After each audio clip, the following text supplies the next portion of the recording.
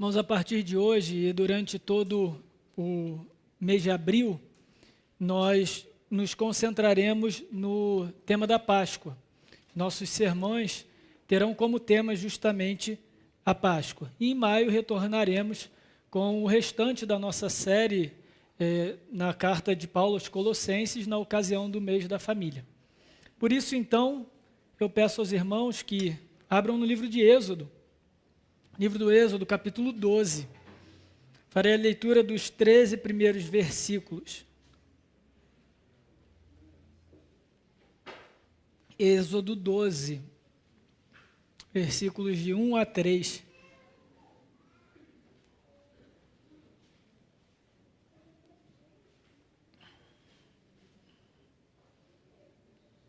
Êxodo 12, versículos de 1 a 3, segundo o livro da Bíblia, Êxodo 12, versículos de 1 a 3.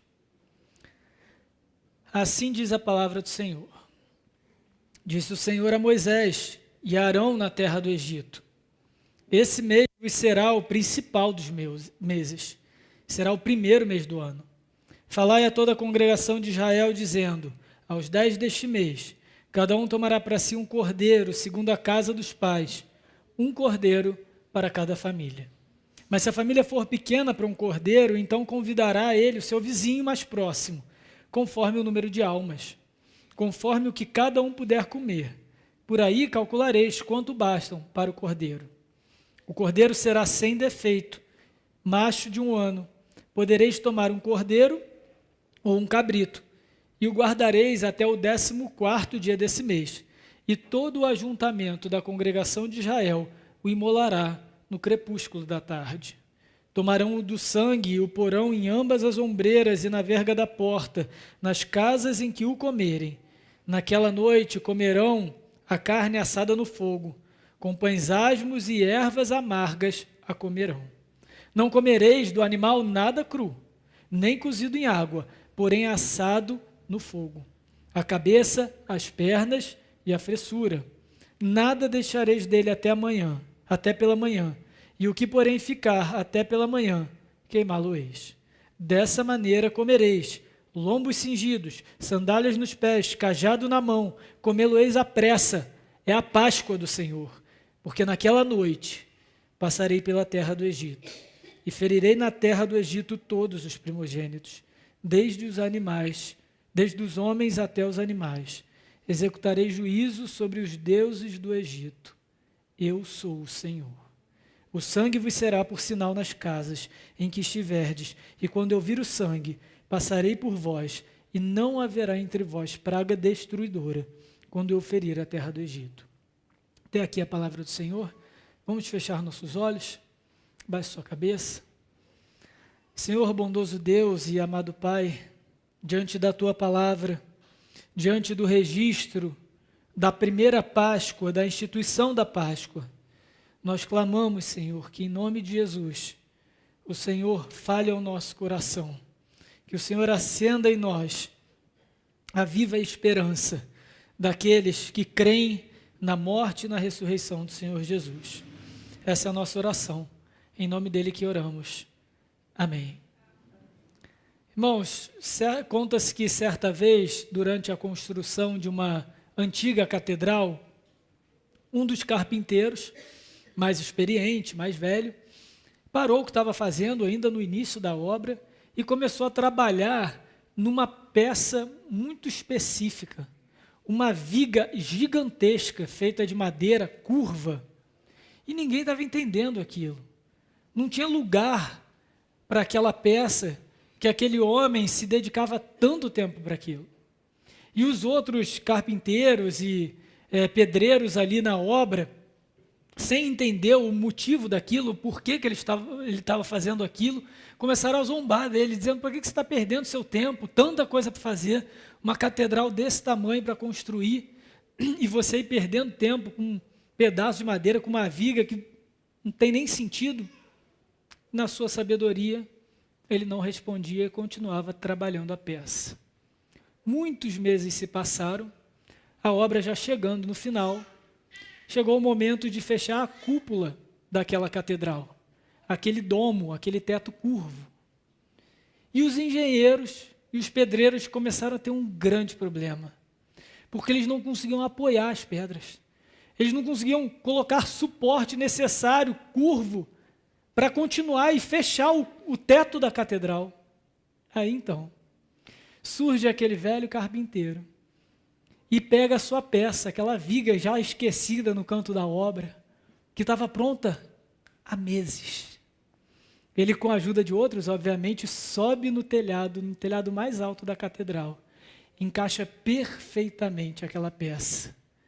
E assim se conclui a obra. Irmãos, a Páscoa em Êxodo 12 é como essa peça na história da redenção. A princípio parece ser apenas um ritual judaico. A libertação do Egito, a 10ª das pragas, uma festa com cordeiro, sangue, ervas amargas, pães asmos, coisas distantes para nós, crentes do século 21.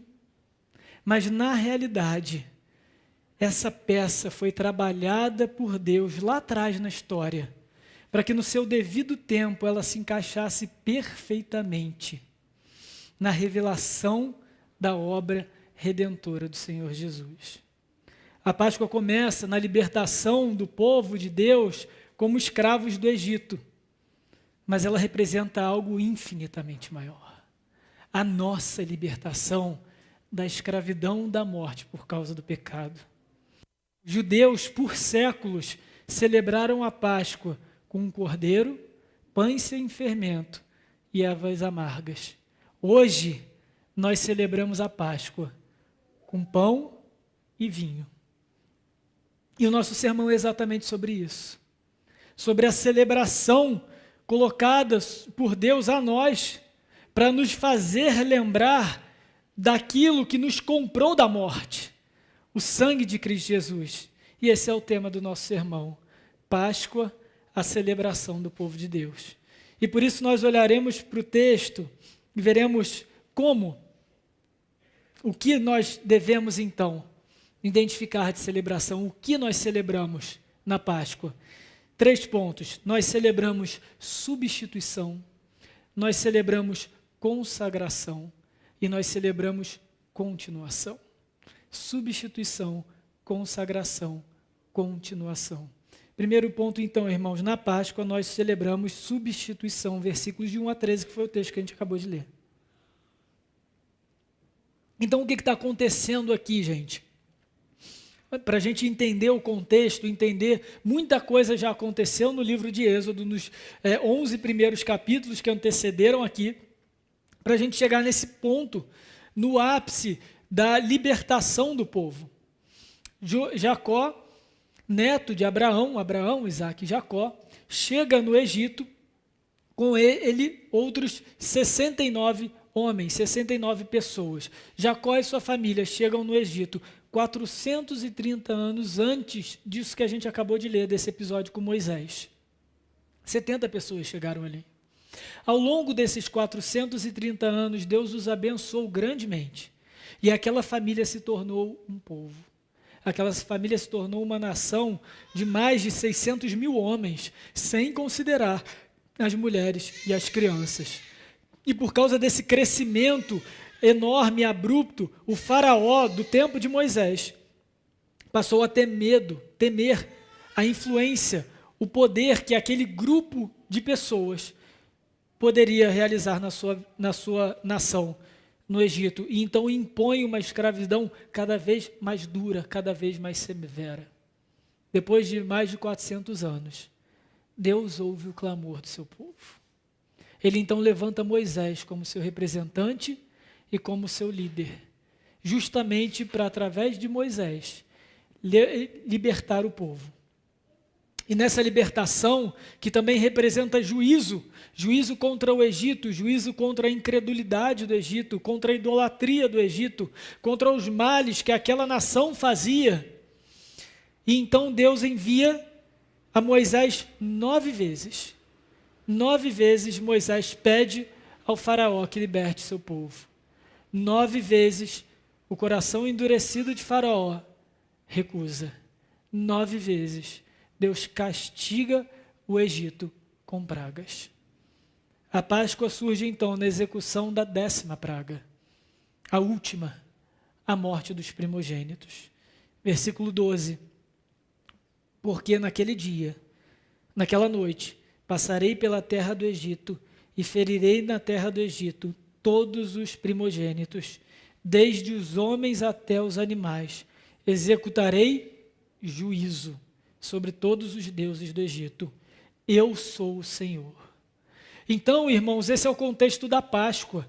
É o Senhor Deus agindo com juízo contra o Egito, justamente para se revelar àquele povo e ao seu próprio povo que Ele é o Senhor, que Ele é Deus e não há outros deuses, não há alguém semelhante ao Senhor, não há ninguém igual ao nosso Deus. E então, nesse momento, nessa libertação, nesse último ato de juízo e o derradeiro, o definitivo sobre o Egito, Deus iria manifestar isso, mas Ele também agiria com graça. E aquela noite, a noite da Páscoa, seria uma noite de juízo, mas também seria uma noite de graça. Juízo aplicado contra o Egito e graça manifesta ao povo de Deus. São dois aspectos que estão presentes na Páscoa até hoje. Dois lados de uma mesma moeda, juízo e graça. E primeiro, então, veremos uma noite de juízo. Que aspecto é esse? O que é essa noite de juízo? A noite da última praga, como eu disse, foi uma noite de juízo de Deus contra o Egito. Mas, irmãos, entendam, esse juízo não foi simplesmente para forçar o faraó a libertar o povo de Deus. Certamente a gente sabe da dureza do coração do faraó. E por mais que o texto diga, e Deus endureceu o coração do faraó, sabemos que essa não é um endurecimento ativo. Deus simplesmente entregou o faraó à própria disposição do coração, à sua própria rebeldia, à sua própria maldade, à sua própria ira, à sua própria idolatria, à sua própria incredulidade. E assim Deus ia permitindo que o faraó estivesse com o coração cada vez mais endurecido. E essa é a pior coisa que Deus pode fazer por qualquer ser humano, é entregá-lo a si mesmo. Porque certamente o seu coração será naturalmente endurecido por causa do pecado, por causa da disposição do seu coração. A ira de Deus sobre o faraó e sobre o Egito, na realidade a ira de Deus contra o pecado. E essas circunstâncias, essa disposição tão óbvia, tão evidente no coração do faraó contra Deus é fruto do pecado original. Aquilo que o tornou culpado é o que também nos torna culpados naturalmente sem Cristo Jesus. A Bíblia nos ensina que quando Adão pecou, quando Adão se rebelou contra Deus, ele trouxe maldição sobre todos os seus descendentes. Ele era o nosso representante. E quando o nosso representante cai, todos nós caímos com ele. Ele transmitiu maldição, ele transmitiu morte aos seus descendentes, porque ele nos representava. É o que Paulo vai dizer em Romanos 5,12. Portanto, assim como por um só homem entrou o pecado no mundo, e pelo pecado a morte, assim também a morte passou a todos os homens, porque todos pecaram. E essa ideia, irmãos, de que todo ser humano naturalmente nasce em pecado, é herdeiro de Adão para a maldade, para maldição, para a morte, ela é ofensiva nos dias de hoje. Ela é ofensiva à nossa cultura, à cultura secular, que não admite a existência de um Deus todo-poderoso que julga a tudo e a todos. É difícil nós admitirmos que nós nascemos culpados. A gente tem uma percepção de nós mesmos muito mais positiva do que a realidade. Nós somos muito bons em nos auto-enganar, em justificar os nossos erros, em justificar as nossas falhas, quando na realidade isso vem do nosso coração, da disposição do nosso coração caído, herdado por Adão. Alguns até mesmo creem que nós nascemos bons e a sociedade nos corrompe. Mas, irmãos, a sociedade é feita por pessoas corrompidas. Se a sociedade nos corrompe, é porque nós a formamos. É porque nós a corrompemos primeiro. Nós não nascemos uma tábula rasa, uma folha em branco. E aí então as dores da vida vão criando o mal em nós. O mal é existente em nós. Nós nascemos inimigos de Deus. Por mais difícil que isso seja para nós assimilarmos, aceitarmos, porque o nosso orgulho próprio não admite isso. Mas Romanos também, Paulo em Romanos, capítulo 3, versículo 10 diz: não há um justo, nenhum sequer, não há quem entenda, não há quem busque a Deus. O apóstolo Paulo está falando dessa disposição do coração antes da obra do Espírito Santo.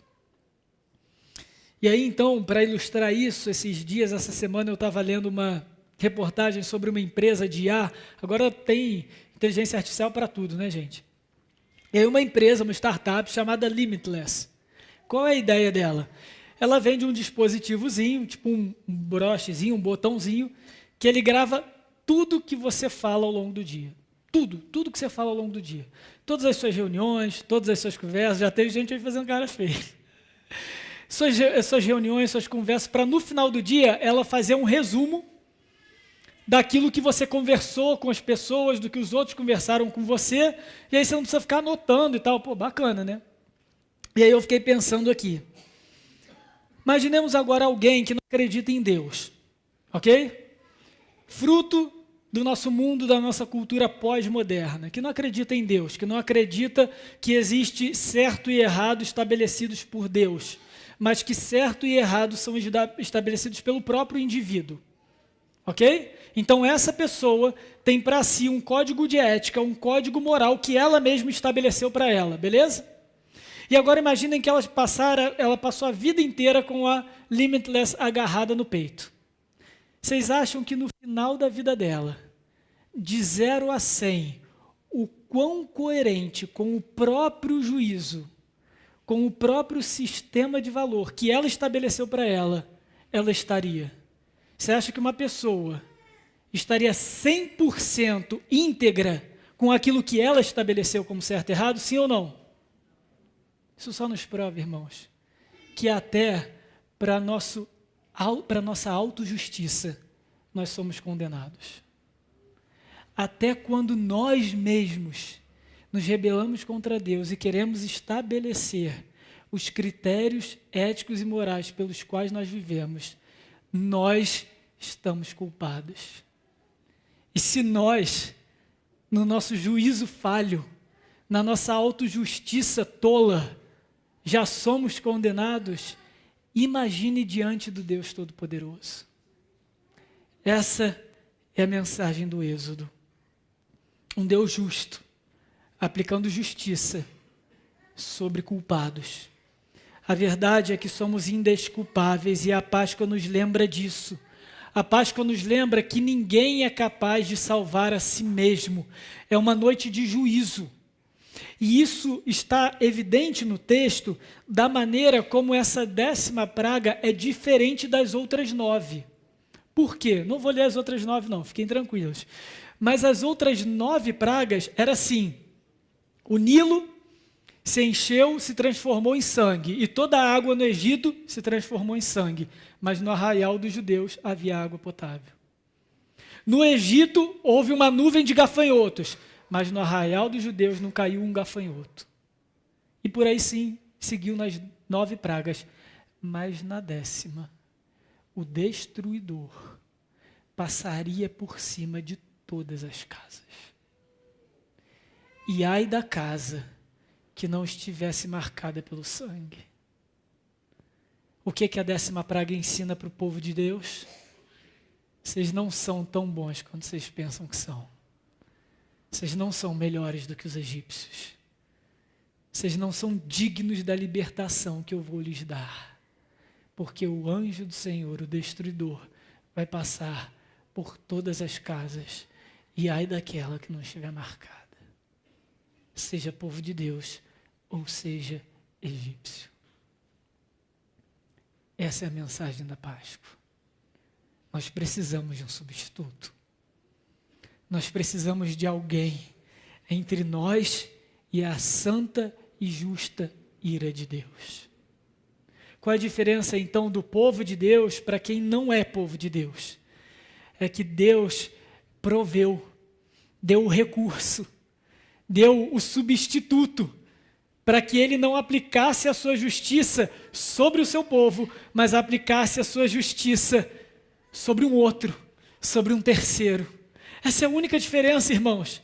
Nós não somos melhores do que ninguém, nós não somos diferentes do mundo naturalmente porque somos crentes. Não havia nada em nós que pudesse mover o coração de Deus em nossa direção para nos salvar. Foi graça, e graça é exatamente isso, é favor imerecido. E a 10ª praga, o contexto da Páscoa nos ensina exatamente isso. Nós somos pó, nós somos nada. Nós carecemos de alguém que nos substitua na nossa morte. Nós precisamos do sangue. Senão Deus justamente nos mataria. Deus justamente nos colocaria à cova, como Ele fez com os primogênitos do Egito. Por isso essa noite, a noite de Páscoa, também é noite de graça. Porque para o seu povo e para o seu povo somente, Ele provê um substituto. Ele provê algo, um cordeiro, um animal, que receberia a morte no lugar do primogênito.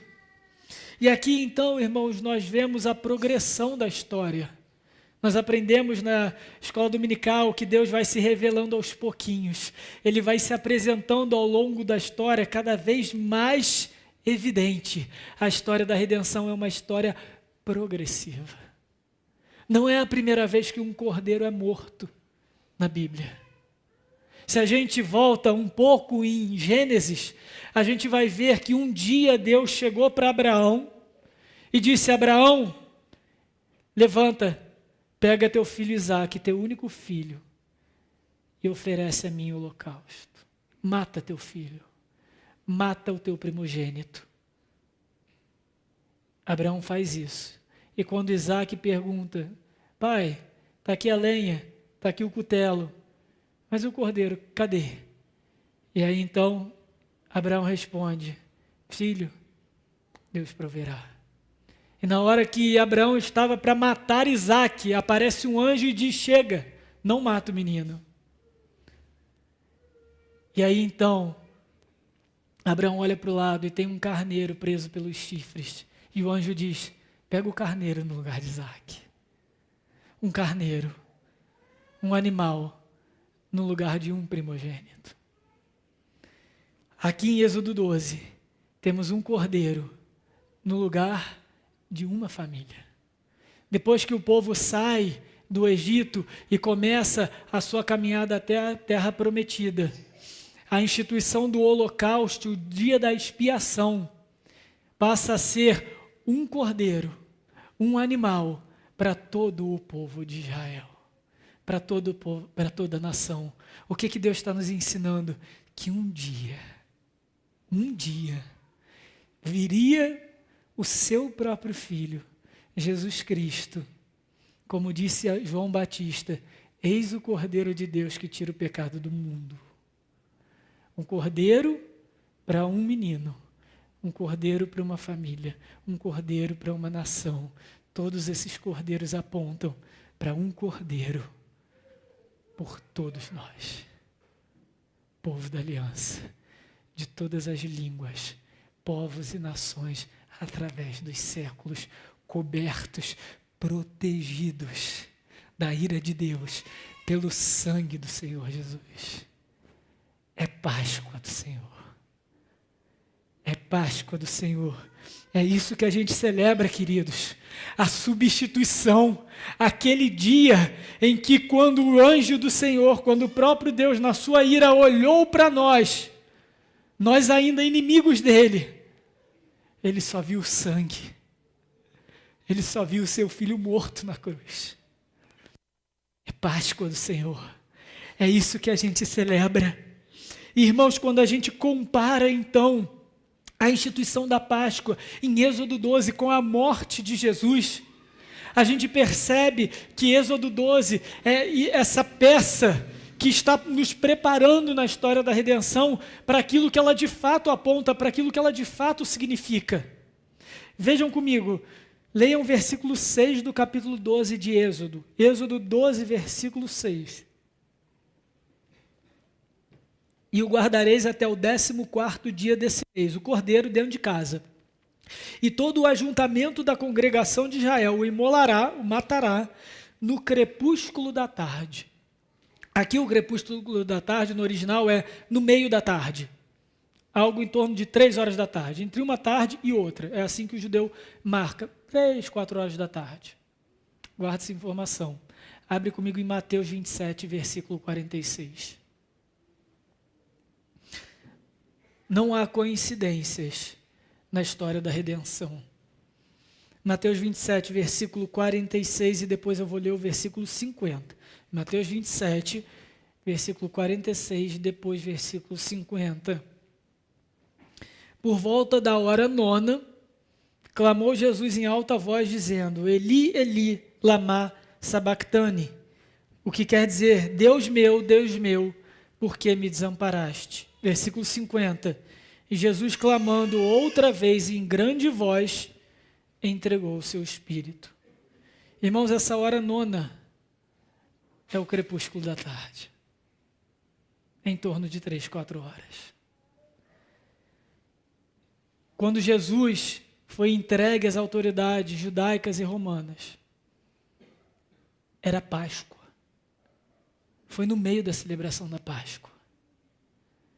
Quando Jesus foi erguido na cruz na manhã de sexta-feira, era sexta-feira de Páscoa.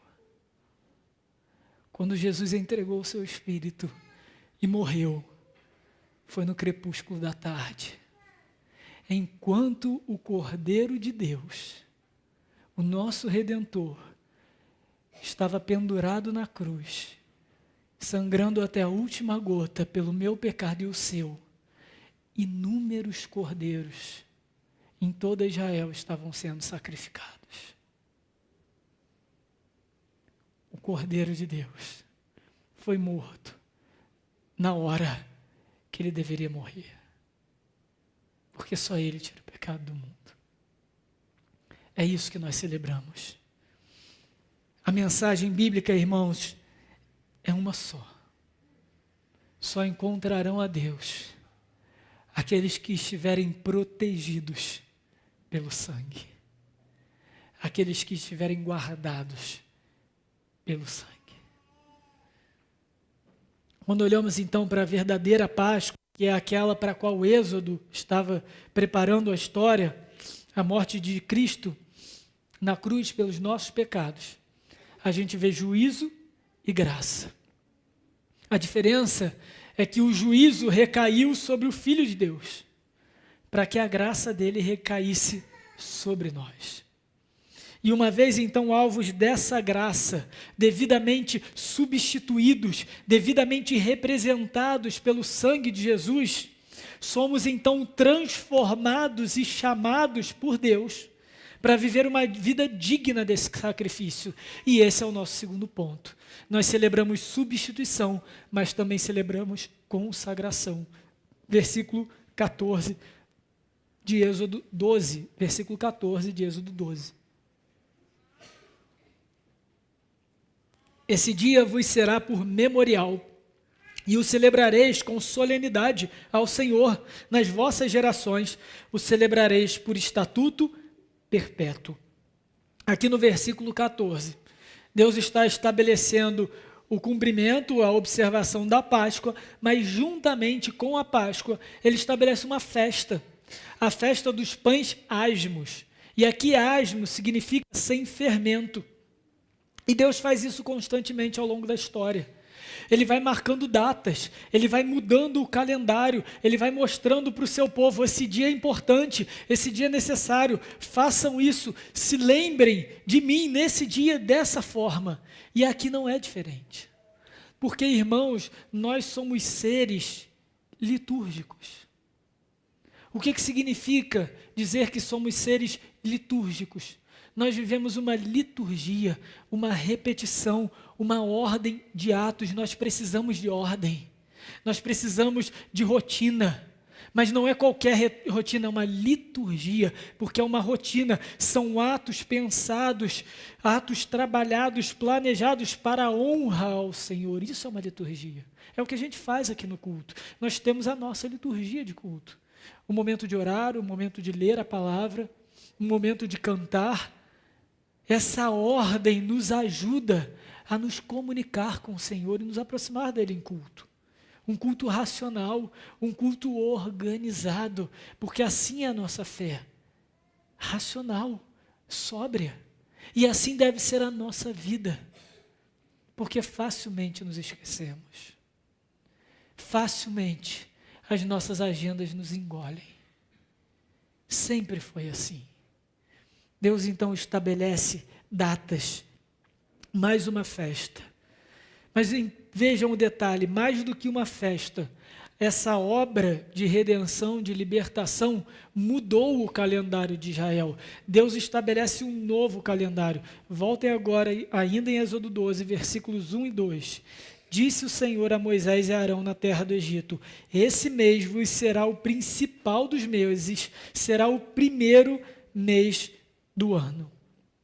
O que Deus está querendo dizer com isso?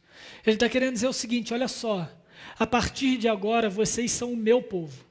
A partir de agora, vocês libertos do Egito, vocês não mais terão o Egito na sua vida. Vocês não mais seguirão as datas baseadas nos deuses do Egito. Vocês seguirão a minha data. Deus renova a vida daquele povo. Ele não simplesmente os liberta, mas ele restaura, ele faz tudo novo. Ele agora diz: eu sou o referencial para a vida de vocês. E agora a vida de vocês tem que ser uma constante adoração ao Senhor. E vocês vão ver isso no seu calendário, vocês vão ver isso na sua agenda, vocês vão se lembrar quem vocês servem. Ao mudar o calendário de Israel, Deus estava ensinando aquele povo que ali seria um recomeço para eles. E assim continua conosco, irmãos. A nossa celebração continua, a nossa liturgia diária continua. Não é à toa que a nossa semana começa hoje, dia do Senhor, dia da ressurreição de Cristo, quando o Cordeiro não ficou preso à morte, mas venceu a morte. O nosso calendário também foi transformado para nos lembrar que a nossa vida foi restaurada, foi renovada, e agora, dia após dia, nós devemos viver diante de Deus. A nossa agenda deve ser realizada diante do Senhor. A nossa vida deve ter como referencial o culto ao Senhor. Irmãos, aprendam uma coisa. Nós não vemos aqui para recarregar as nossas baterias para uma nova semana. O domingo não está a serviço da nossa semana.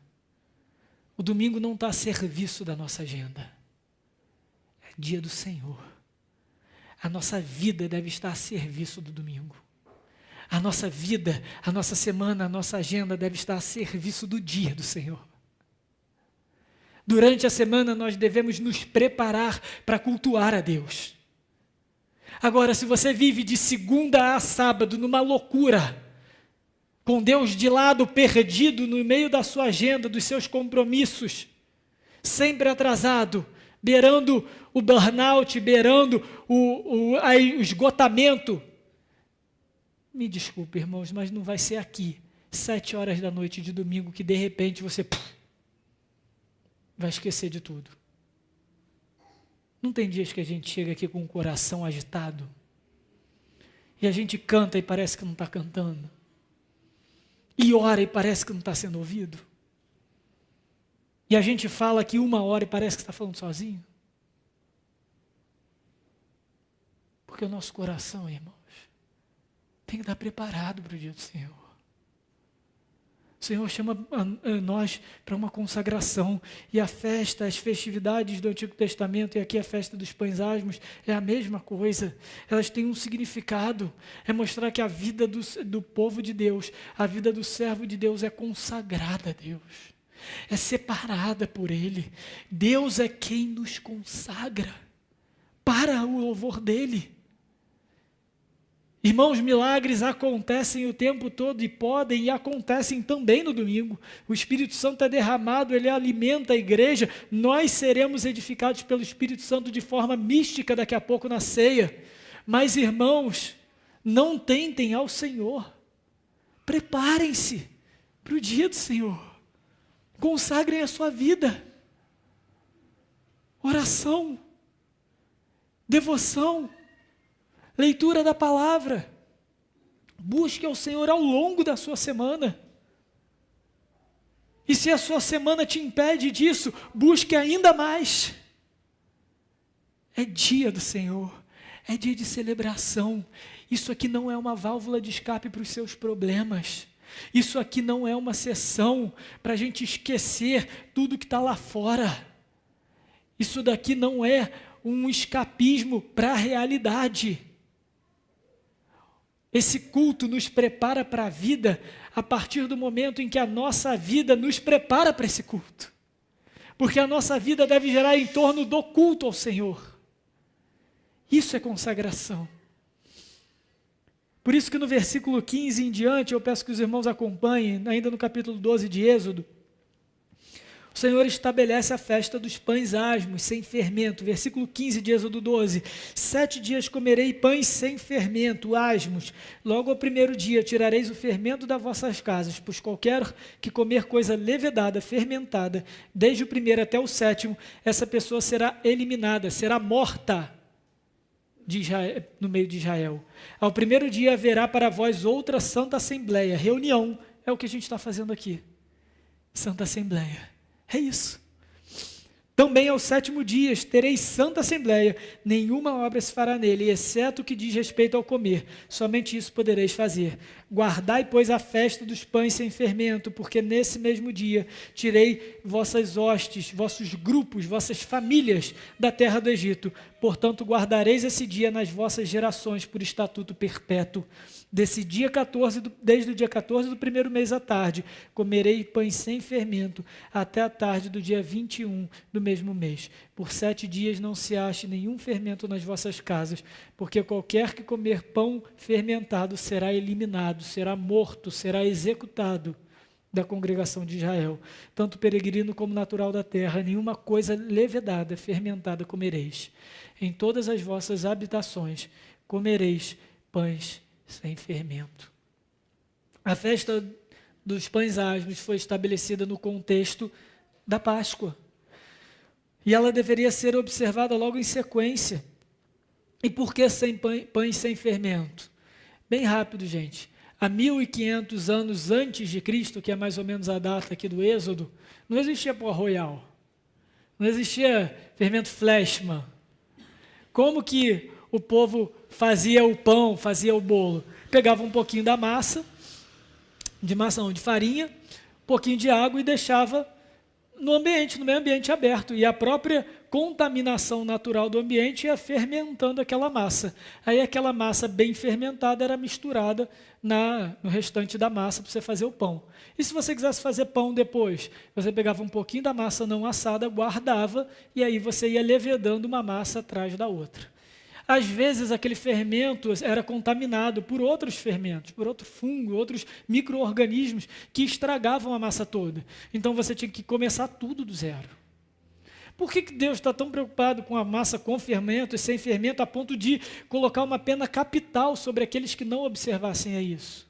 Porque isso é uma ilustração justamente da consagração. Levar o fermento, comer pão fermentado, era como se eles estivessem levando consigo o Egito. E muitas vezes, irmãos, a gente vê pessoas que estão aqui na igreja, que se dizem servos do Senhor Jesus, se dizem libertos por Cristo Jesus, mas continuam escravizados pelo pecado. E isso é passível de morte. Aquele que é, de fato, substituído por Cristo, vive conforme a vontade de Deus. Não pode haver fermento, não pode haver resquício da nossa vida passada, irmãos. Nós então, que somos salvos, que somos cobertos, que somos protegidos pelo sangue do Cordeiro, devemos viver dessa forma. Então quer dizer que o crente é uma pessoa perfeita, sem pecado? Claro que não. Nós ainda pecamos, mas isso não é mais a nossa natureza. Isso não nos escraviza mais. Agora, libertos em Cristo Jesus, temos o poder em Cristo e no poder do Espírito Santo de resistir ao pecado, de sermos santificados pelo Espírito Santo. Agora, aquele que se diz filho de Deus, que se diz comprado pelo sangue de Jesus, porém ainda vive abertamente numa escravidão do pecado, como que se tivesse orgulho, ou como até que se não quisesse se libertar, ainda tem fermento lhe contaminando a massa. Não se engane, meu irmão, não existe meio termo, ou não há fermento nenhum, ou tudo está fermentado, ou você literalmente foi lavado pelo sangue de Cristo, e o pecado não tem mais domínio sobre você, ou você ainda é escravo, e o destruidor se aproxima. O anjo da morte vai passar de porta em porta. Avaliem-se. É exatamente isso que a gente faz aqui. A gente não guarda mais a festa dos pães asmos. Mas a Bíblia diz, é estatuto perpétuo, pastor, e agora? Mas é porque a gente tem um novo símbolo. A gente tem uma nova festa, estabelecida pelo dono da festa, pelo próprio Senhor Jesus. É o que Paulo vai nos ensinar em 1 Coríntios. E a gente vai ler isso daqui a pouco. Quando ele diz, ele lembra a instituição da Páscoa. Ele lembra aquilo que Jesus fez na última ceia, no contexto da Páscoa judaica. Comei e bebei em memória de mim. Fazeis isso até que ele venha, é o que diz o apóstolo Paulo. E o Senhor Jesus ensina aos apóstolos, eles ensinam aos discípulos, que eu não tomarei do cálice até ao dia em que eu tomarei mais uma vez com vocês. O Senhor Jesus disse, observem a mesa, sirvam-se da minha mesa, comam do pão e bebam do vinho, porque eu estou esperando vocês. Eu comprei o assento de vocês, eu comprei o ingresso, o lugar de vocês à mesa com meu sangue, e eu vou me privar de estar à mesa, até que todos aqueles por quem eu morri, estejam juntos, e então eu possa sentar à mesa com vocês. Até esse dia, comam e bebam. Mas o apóstolo Paulo diz, vigiem, avaliem-se a si mesmo, olhem para dentro do seu próprio coração. É isso que ele quer dizer quando ele diz, examinem-se a si mesmo, e então comam do pão e bebam do vinho. Porque aquele que come e bebe sem discernimento, come e bebe juízo para si. O que Paulo está falando? Aquele que participa dessa mesa e não olha para a sua própria vida, para o pecado que ainda existe, para o fermento que precisa ser retirado, para aquilo que precisa ser transformado, mas diz, eu já estou garantido, eu já estou salvo pelo Senhor Jesus, Deus é amor, Ele nunca me mandaria para o inferno, isso que eu tenho na minha vida, Deus entende, come e bebe juízo, porque essa mesa é juízo para aqueles que não se arrependeram. Mas ela é salvação para aqueles que têm Cristo como substituto. E aqueles que têm Cristo como substituto, verdadeiramente têm a sua vida consagrada ao Senhor. Isso, irmãos, é uma vida consagrada. É por isso que na Escritura, na Palavra de Deus, principalmente no Novo Testamento, a única coisa que é consagrada ao Senhor é a nossa vida. No Antigo Testamento, locais e objetos eram consagrados a Deus. Os utensílios do templo e do tabernáculo eram consagrados a Deus. Os próprios muros do segundo templo foram consagrados a Deus por Neemias. Mas todos esses objetos e todos esses locais apontavam para uma realidade muito maior, que quando Cristo viesse à terra e morresse pelos nossos pecados e ressuscitasse ao terceiro dia, Ele derramaria o seu Espírito Santo sobre a sua igreja. E uma vez recebidos do Espírito Santo, cheios do Espírito Santo, então seríamos santuário de Deus. Nossos corpos são o santuário de Deus. Nós somos templo do Espírito Santo. Por isso hoje nós não consagramos objetos. Por isso hoje nós não consagramos locais, templos, paredes, porque fomos consagrados a Cristo. Irmãos, a celebração da Páscoa é uma celebração de consagração. É um momento oportuno e domingo após domingo, no dia do Senhor, examine-se a si mesmo, principalmente daqui a pouco, quando estaremos participando da ceia, examine-se a si mesmo. Por último, nós então vemos que a Páscoa é uma celebração da continuação, daquilo que Deus cumpriu no seu Filho, daquilo que o Senhor Jesus conquistou na cruz e continua perpetuamente por toda a eternidade, de geração em geração.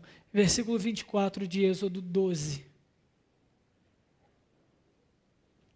Guardai, pois, isso por estatuto para vós outros e para os vossos filhos para sempre. E uma vez dentro na terra que o Senhor vos dará, como tem dito, observai esse rito, o da Páscoa, o dos pães asmos. Quando vossos filhos vos perguntarem que rito é esse, respondereis, é o sacrifício da Páscoa ao Senhor, que passou por cima das casas dos filhos de Israel no Egito. E quando feriu os egípcios e livrou as nossas casas, então o povo inclinou e adorou. Irmãos, a Páscoa deveria ser observada por estatuto perpétuo. E é exatamente isso que a gente faz. Todas as vezes que a gente se reúne diante da mesa do Senhor, na ceia do Senhor, é por estatuto perpétuo, é para nós lembrarmos qual foi o preço pago por Deus para estarmos aqui em louvor, em adoração, em comunhão, consagrados a Ele. E isso, irmãos, deve ser transmitido, deve ser pregado, deve ser anunciado de geração em geração. É por isso que sempre que nós nos reunimos aqui na nossa igreja para fazermos a ceia do Senhor, participarmos da ceia, os nossos filhos não descem para o culto kids deles, para o culto infantil, porque eles precisam ver. Irmãos, eles precisam ver vocês participando da ceia. E eu quero que eles perguntem, por que eu não participo? E vocês digam, vai chegar um momento, meu filho, vai chegar um momento, minha filha, quando você tiver certeza, você vier aqui na frente e proclamar Cristo como seu único e suficiente Salvador, quando você falar, Ele é o meu substituto pelos meus pecados. Quando as nossas crianças crescerem e fizerem isso, a profissão de fé delas, elas participarão da mesa. Por enquanto a mesa lhes é cercada, mas elas participam, elas precisam ver. Irmãos, aprendam o seguinte, principalmente pais, principalmente educadores. Vocês precisam ser os primeiros a pregar o evangelho para os seus filhos. A primeira boca de quem os seus filhos devem ouvir do evangelho é de vocês. E assim a gente cumpre isso, estatuto perpétuo, de geração em geração. Crianças, todas as crianças, foco aqui comigo. Se vocês nunca perguntaram para os pais de vocês, quando vocês chegarem em casa, perguntem, papai, mamãe, pai, mãe, o que significa a ceia? Por que eu não participo? Quando que eu vou poder? Perguntem, é dever de casa do sermão hoje. Combinado? Beleza. Perguntem. Estatuto perpétuo. Nós consagramos os nossos filhos ao Senhor através da aliança do batismo. É por isso que a gente batiza nossas crianças. Não para salvá-las, mas para diante de Deus nós prestarmos solene aliança, solene compromisso, firmarmos solene compromisso a Deus, dizendo: Senhor, diante de Ti eu me comprometo em perpetuar a Tua aliança aos meus filhos, a pregar o Teu Evangelho. É Páscoa do Senhor. É por isso que a gente batiza as nossas crianças. É a aliança solene nossa com Deus. Porque o nosso Deus é um Deus de alianças, é um Deus de compromissos. Nós seremos cobrados pelo pouco ou pelo muito evangelho que pregamos dentro da nossa casa. Continuação, irmãos. Mas nessa continuação não é somente na transmissão, não é somente na pregação, mas é nos seus efeitos. Cristo morreu uma vez só, por todos aqueles que creem nele. Mas foi suficiente, foi mais do que suficiente, foi necessário, foi justo para cobrir a multidão de pecados. E isso reverbera, isso transborda pelos séculos. A morte de Cristo, embora tenha acontecido uma única vez, ela foi suficiente para resgatar os eleitos, os separados, os salvos por Deus, antes e depois da sua morte. Nós somos efeito, somos resultado dos efeitos eternos e perpétuos da morte e da ressurreição de Cristo. Nós fomos alcançados pelo Evangelho, nós fomos alcançados pelo Espírito Santo no poder do sangue de Cristo. E esse sangue continua com poder. Por isso que é na autoridade dele, é na autoridade do Pai, do Filho e do Espírito Santo que nós proclamamos esse Evangelho, que nós continuamos através dos nossos filhos, de geração em geração, mas todos também que nos ouvirem, que viverem conosco, estatuto perpétuo, é Páscoa do Senhor. Nós celebramos a continuação, o poder do sangue permanece o mesmo, o sangue de Cristo continua eficaz, continua efetivo na história, e é por isso que a gente sai, é por isso que a gente prega, é por isso que a gente dobra os nossos joelhos, é por isso que a gente ora, é por isso que a gente busca o Senhor, é por isso que a gente é consagrado a Ele, porque nós temos um substituto, porque a nossa vida foi consagrada, porque a sua obra continua e continuará por toda a eternidade. Irmãos, cordeiro, pães sem fermento, ervas amargas, nada disso teria sentido para aquele povo, para aquelas famílias, se elas não tivessem ouvido a instrução de Deus através de Moisés e agido. Caso alguma família ouvisse e falasse: eu vou matar um cordeiro, sujar aqui a fachada da minha porta, agora que eu dei um trato, fiz uma reforma. Moisés já foi 9 vezes no faraó, não deu em nada. Você está doido, não vou mexer com isso não. Certamente, incredulidade como essa teria levado aquela família à morte. Versículo 28 para a gente encerrar. E foram os filhos de Israel e fizeram isso, como o Senhor ordenara a Moisés e Arão. Assim o fizeram. A Páscoa, irmãos, não é uma celebração para todos. A Páscoa é a celebração daqueles que creem, daqueles que se veem como culpados. A Páscoa é a celebração daqueles que reconhecem que mereciam a morte, mereciam a visita do destruidor. Mas pela fé, depositaram a sua vida, a sua confiança na obra de Cristo na cruz e foram resgatados da escravidão do pecado. A Páscoa é daqueles que reconhecem que são dignos de morte.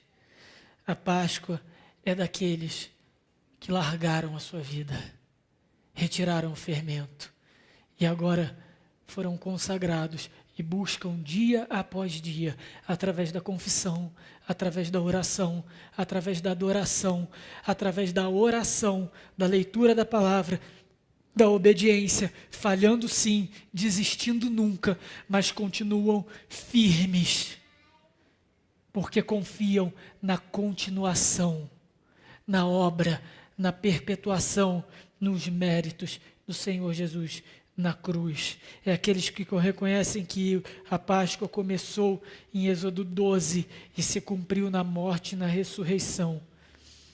E é daqueles que esperam o retorno do Cordeiro. Se você sabe, se você crê que Cristo é o Cordeiro que tira o pecado do mundo, se alegre. É Páscoa do Senhor. Você foi substituído. Você está coberto de sangue. Tem sangue que te protege. Apesar do pecado, apesar daquilo que te aflige, apesar da sua dor, apesar do seu sofrimento, apesar daquilo que você já luta contra e ainda não foi liberto, tem sangue que não é seu, te cobrindo. Creia nisso, se fortaleça nisso, e hoje se alimente disso. É Páscoa do Senhor. Mas se você não crê, sua porta está limpa e as suas vestes estão sujas. Se você não crê, a morte está a passos largos na sua direção. Há tempo. Arrependei-vos enquanto é tempo, diz o profeta. O destruidor vem. E ele vem rápido, no dia do Senhor Jesus. Cristo diz, eu venho depressa, e o dia do Filho do Homem será como ladrão, que chega à noite, à espreita. Há tempo de olhar para a Páscoa e dizer, eis o Cordeiro, que tira o meu pecado. Olhe para Cristo, enquanto há tempo. Apocalipse, livro do Apocalipse, capítulo 15.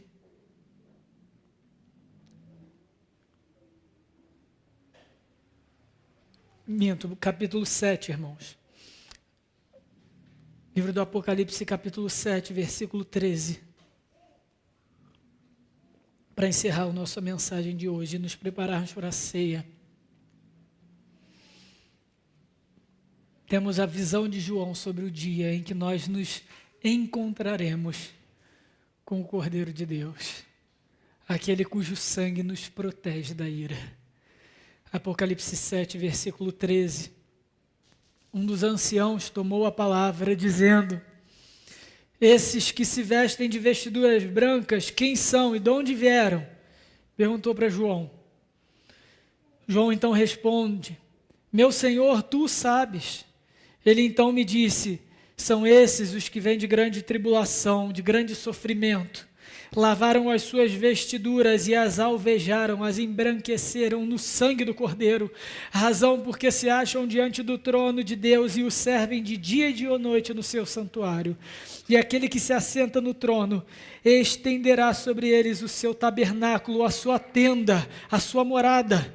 Versículo 16, jamais terão fome, nunca mais terão sede, não cairá sobre eles sol, nem ardor algum. Versículo 17, pois o Cordeiro que se encontra no meio do trono os apacentará e os guiará para as fontes da vida, e Deus lhes enxugará todas as lágrimas.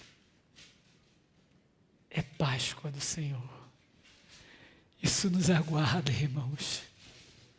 O dia em que nós estaremos com as nossas vestes, isso é uma simbologia de Apocalipse para sem pecado, sem culpa, sem defeitos, diante do Deus Todo-Poderoso, do nosso Cristo, o adorando e Ele mesmo nos consolará de todo o sofrimento dessa vida, de toda dor, de todo luto, de toda vergonha, de todo pecado, de toda injustiça, de todo sangue que as nossas mãos carregam. Ele vai nos consolar por toda a eternidade. Ele vai nos enxugar as lágrimas. O Cordeiro, ninguém menos que o Cordeiro. Desde que você creia que Cristo é o Cordeiro de Deus que tira o pecado do mundo. Feche seus olhos. Falemos com o Senhor. Renove. Diga mais uma vez: Senhor, obrigado, porque Cristo é o Cordeiro que tirou o meu pecado. Mas se você nunca fez isso, e você entendeu isso hoje, diga: Senhor, hoje eu entendo que Cristo é o Cordeiro que tirou o meu pecado, me perdoa, me dá vida nova, tira o fermento da minha vida, tira a morte da minha vida. Fale com o Senhor nesse momento.